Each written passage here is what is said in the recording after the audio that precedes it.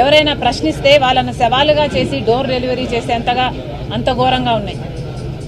ఇంకెవరైనా ప్రశ్నిస్తే వాళ్ళ మీద కేసులు పెట్టడం, జైలుకి తీసుకెళ్ళి వాళ్ళని జైల్లో పెట్టడం, వాళ్ళని గుండు కొట్టి అవమానించే పరిస్థితుల్లో ఉన్నాయి. ఇవన్నీ ఈ రాష్ట్రం కల్లారా చూసింది. కనీసం దళితులకు వాళ్ళకు కేటాయించిన ఎస్సీ ఎస్టీ సప్లాన్ నిధులు కూడా వాళ్ళ కోసం వాడటం జరగటం లేదు. మొత్తం అన్నీ డైవర్ట్ చేస్తున్నారు, ఇష్టారాజ్యంగా పరిపాలన చేస్తున్నారు. ఇవన్నీ ఆగాలి. దళితులకే కాదు ప్రతి వర్గానికి చెందాల్సిన గౌరవం వారికి చెందాలి. ఇవన్నీ సాధ్యం కావాలి అంటే ఒక కాంగ్రెస్ పార్టీ వల్లనే సాధ్యం అవుతుంది. మరొకసారి ఎలక్షన్లు వస్తున్న వేళలో రాష్ట్ర ప్రజలందరికీ విన్నవించుకుంటున్నాం. కాంగ్రెస్ పార్టీ తరఫున ఈ 75వ గణతంత్ర దినోత్సవం సందర్భంగా ఆంధ్ర రాష్ట్ర ప్రజలందరూ కూడా మన జాతీయ జెండా సాక్షిగా ఒక ప్రమాణము చేయాలి.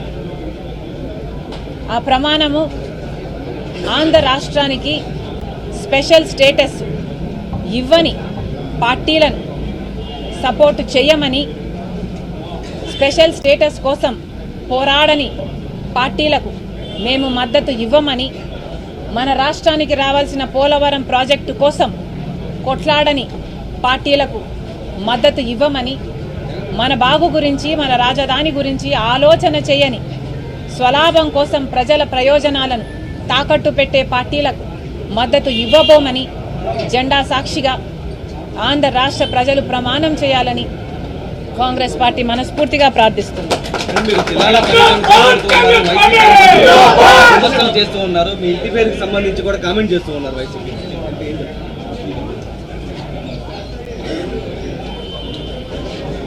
ఎవరో నాకు కితాబిస్తే నా విలువ ఎక్కువ కాదు, ఎవరో నాకు కితాబు ఇవ్వకపోతే నా విలువ తక్కువ కాదు. నేను రాజశేఖర రెడ్డి రక్తం. రాజశేఖర రెడ్డి గారు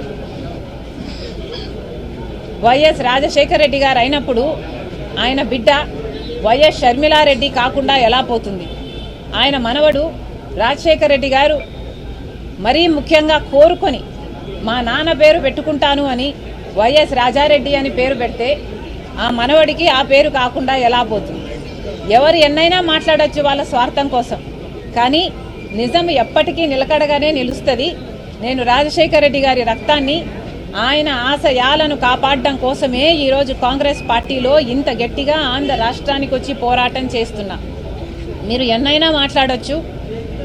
ఈరోజు పొద్దున చాలా దగ్గరి మనుషులు కూడా చాలా విచిత్రమైన, చాలా బాధ కలిగించే కామెంట్లు చేశారు.